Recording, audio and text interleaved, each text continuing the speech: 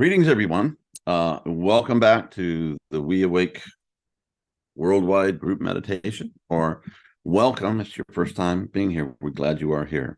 And this is where we get together every week and we do a meditation from the very deep treasures that we have at WeAwake and brain entrainment and brain entrainment tools and technology.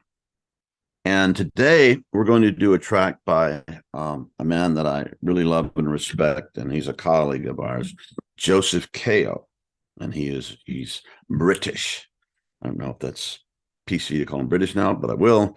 And he is a master hypnotherapist and creator of brain entrainment technology, and a Shakespearean actor. Anyway, just truly a great guy. And last time I was in Europe, I went to flying back. I stopped in London, and we went and visited Shakespeare. The new Shakespeare Theater was about a couple of blocks from where the original one was, and then we sat on the bank of the Thames, and we quoted each other Shakespeare and scriptures and poetry while we watched the ancient river Thames. Really, really a beautiful moment.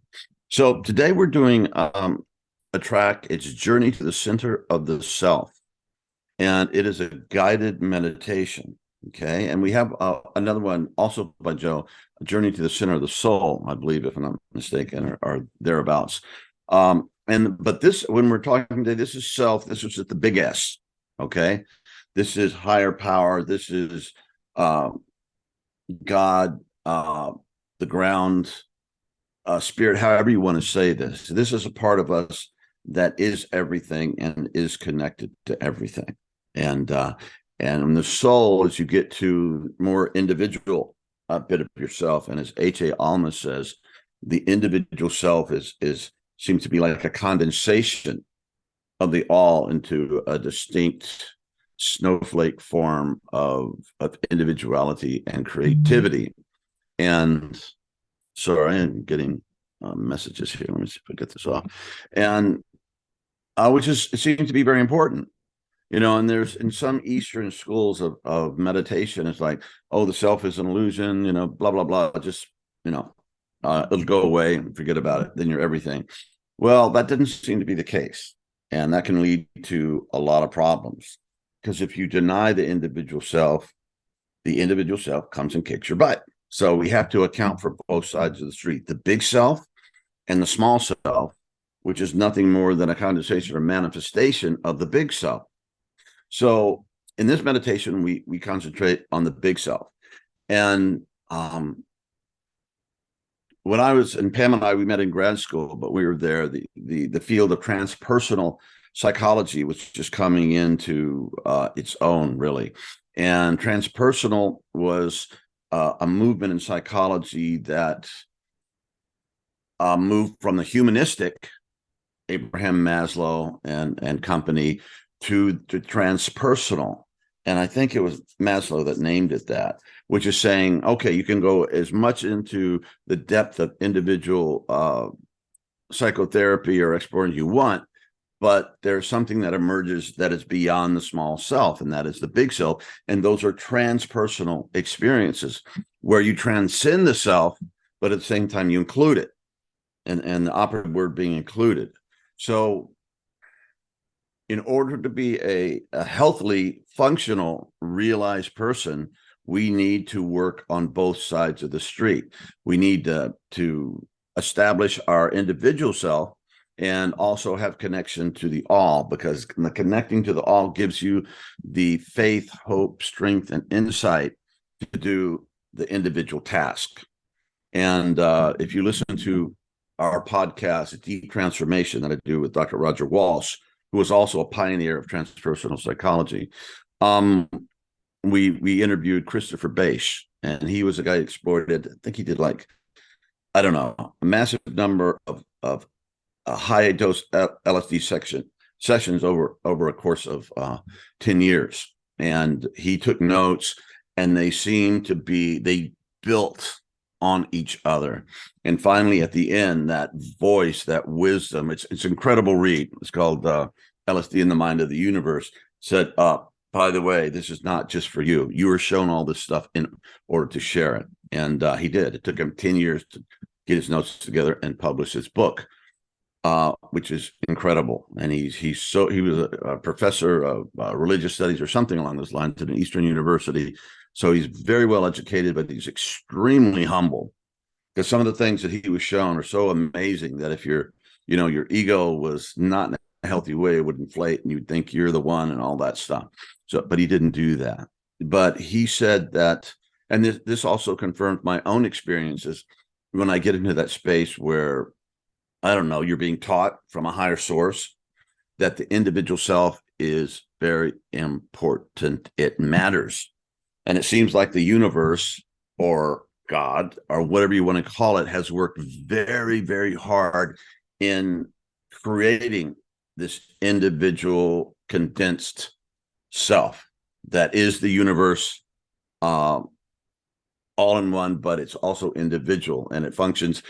Uh, the universe revealed the science of the hologram. If you know what that is you take a picture of my face and you with 3D cameras and light, and then you take a little piece from my eyebrow and then you shine light through that. The whole comes through the little piece again, duplicated. So that's really kind of a brilliant metaphor to use in understanding that the all is contained within the small self. It's not quite as clear as the original picture, but it's clear enough. And that's what's inside of us. If we shine light through us, we get the whole universe in its creativity and awareness and consciousness. So it's very important. And when I first started using this technology many odd years ago, I was suffering from a lot of depression, a deep, paralyzing depression. And, suicide was always on my mind, was always there. And when I started using it, I had this big experience of the big self, which was not my first time, but of experiencing God, or however you want to say that. But it was there. John was this little speck of gaudiness floating in this infinite sea of light and love. And the message was, oh, by the way, the little John gaudiness does matter. And it's not me matters more than you, but all of us in our individuality do matter in the mind of the universe. And it's take a lot of work to get to the place we are. And you might think, well, the universe is not doing very good considering how our species is and our huge dysfunctional families behaving. But evolution, as Jeff Salzman says, is beautiful, but it's not pretty. So let's hope that the universe and God has an agenda here to get us through these times to become the people that we want to be. And one little last thing, when I had that big experience, when I started using technology, then I had a period of about 9 months where I just got into the trauma and the pain that was keeping me so depressed. And I learned that I had to be there with it and let it manifest and feel it in my body, and it would work through it, and then there would be more to go, and it went on for a long time, and I still do that work. So it has to be anchored in the body.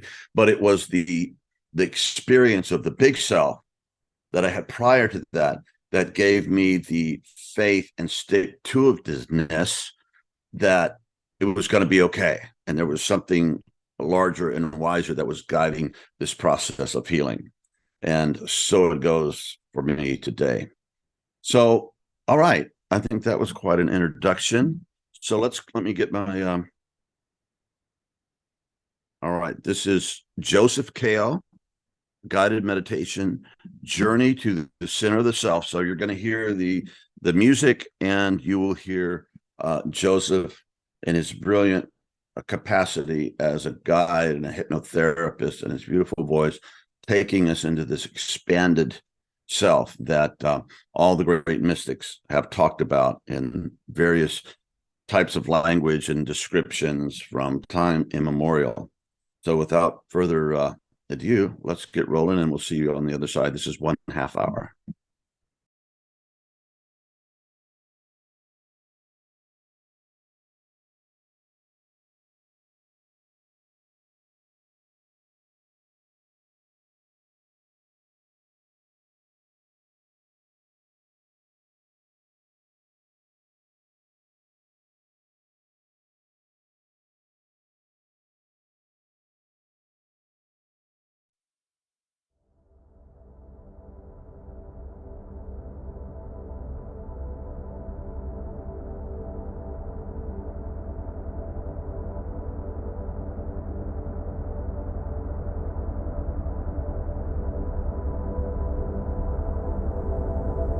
Hello and welcome to Journey to the Center of the Self.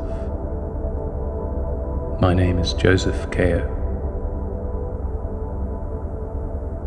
To begin, simply allow your body to rest in a comfortable position and let your eyes close if they haven't yet, as you give yourself this time now to go on a journey into the very depths of your being.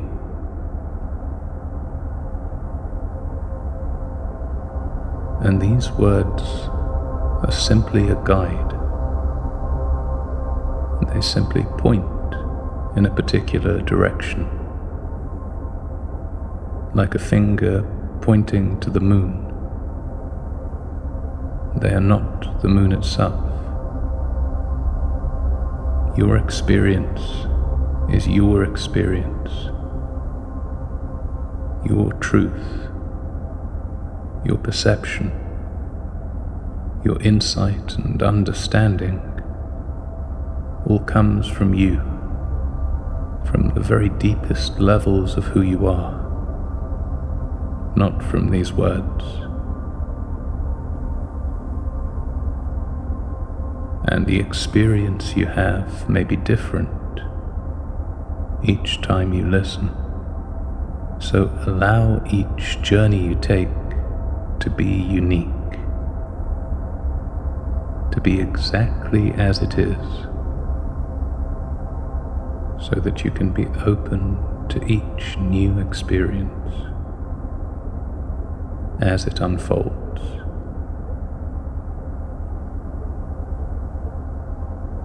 And with that in mind, just take 3 very slow, deep breaths right now.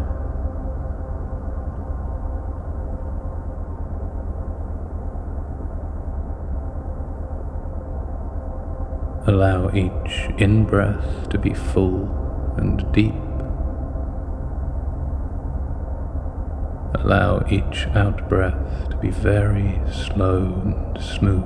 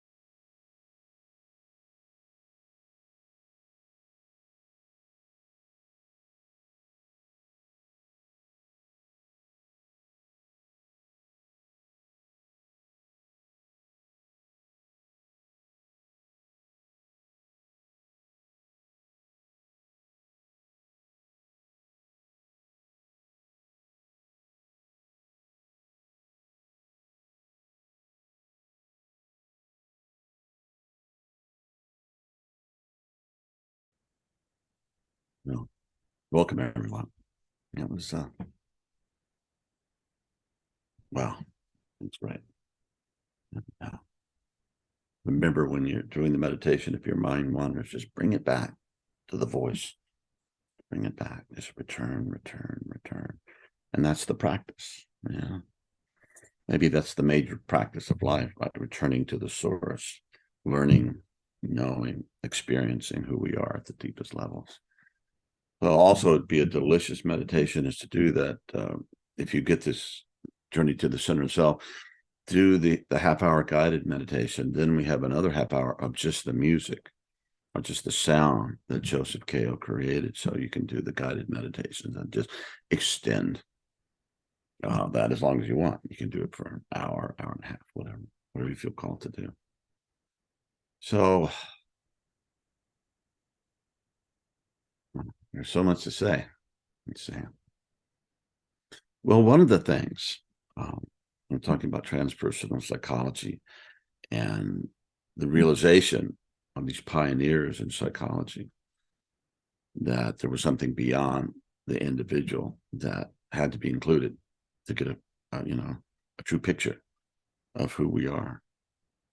And Abraham Maslow was one of the pioneers. He was a psychologist and probably a psychiatrist, but anyway, he was absolutely brilliant. But he was the one of the things he said many things, but he said that up to that point, modern psychology, and I'll just say, just for the sake of it, and it's probably pretty accurate, that started with Freud. I went from Freud's students that developed their own things, and of course Carl Jung took it into this. That Maslow said that our models of psychology at that point had been from studying pathology. People were having problems, schizophrenic, neurotics, or hysterics, I think they used to call it back then. And he said, well, why don't we study, the exemplars of humanity and see if there's some commonalities that, we can draw. And one of the things he found is that these exemplars had experiences of awe, experiences of the expansiveness of the universe, of that deep essential goodness, and at least once in their lives, but often more than that. And that's certainly true. I was doing a conversation with Roger and myself and Hamid, or H.A. Almas, the incredible spiritual teacher and leader of the Diamond Approach school, Ridwan, I think they call it. And I've known him for years, but to be able to converse with him. So in the conversation, I talked about my first conscious experience of God, which happened when I was about 11 and 12. And he said, well, what was that experience? And he just really put me on the spot. What was that? And one of the things that came out, I remember saying, it was kind of a new one for me, was relief. When you learn that, as my little boy self learned, that God is everywhere. That was before I knew the concept of non-duality. I didn't think God was everything. He was just everywhere. That's how I understood it. And that God was love. And when you get that, it's just going to be okay. It's going to be okay, because that's our essential nature. And another time when I was having, sometimes I get into this place where it feels like the voice of wisdom is open, and just ask the right questions, you get the right answer. But I ask, the question was, well, what about death? Okay, it's a big deal. It's all coming, and that voice said, God speaking, I will be there. So God is love. As George Fox, founders of Quakerism, said, God is an infinite ocean of love and light. And many of us have experienced that. Sometimes on psychedelics, sometimes on trips in the wilderness, sometimes like Eckhart Tolle, you're sitting on a park bench and bam, you get hit by lightning, or however that is. But yeah, so the voice said that I will be there. So, and then that's all I needed to know. I didn't need to know the whole process or whatever that was. Just, I will be there. You will not be alone. And I had a massive heart attack a few years back. I was dying. They got me in the hospital just in time I had a valve, or I was completely closed. And they were able to put in a splint, bring me back. But there was a remarkable absence of fear. And I was just like, okay, this is it, and amen. So, yeah. So the experience of the big self is what allows the experience of the small self to be okay. Okay. And as my friend and colleague Steve McIntosh says, integral philosopher, He says, if there's nothing after death, it just goes poof and there's nothing. He says, then life makes no sense at all. Okay. So there's remarkable evidence in my own personal experience and what's been reported for generations, and they've even Christopher Bache, my buddy, we've become friends since our first interview, wrote a whole book about reincarnation and the scientific basis for reincarnation, and it's quite convincing. So, yeah, touching into that makes the rest of it acceptable, and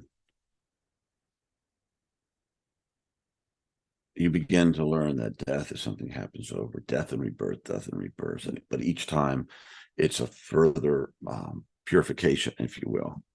And you keep going. And as Hamid or H.A. Alma says, and Christopher Bache and these pioneers who come back and report to us, who teach us about these things, said that there is no end. It just keeps going. And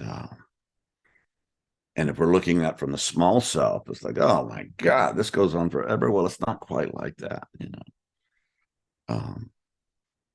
It is a mystery, but in that space, it is okay. And we don't exist in time, but time is something that emerges from ourself with the big S.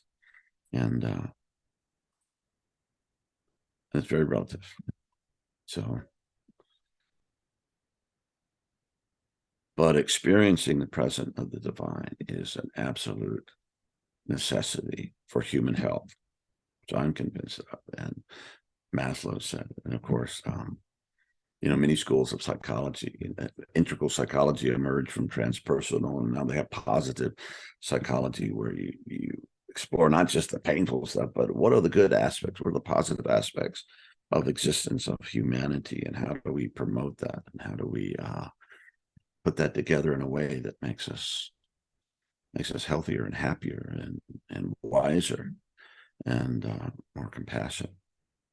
So the master teacher Jesus said, quoted as saying, that blessed are they who hunger and thirst after righteousness, for they shall be filled. And I think I'm speaking from the King James version, and I think there's probably a better translation for righteousness, because righteousness, immediately we think of self-righteousness or just being really good or something like that, and that's not what it's talking about. It's the hunger and the desire for the presence, for the experience, for the realization beyond mere intellectual. And there's nothing wrong with intellectual. It's got to get there too. That's part of it, of God.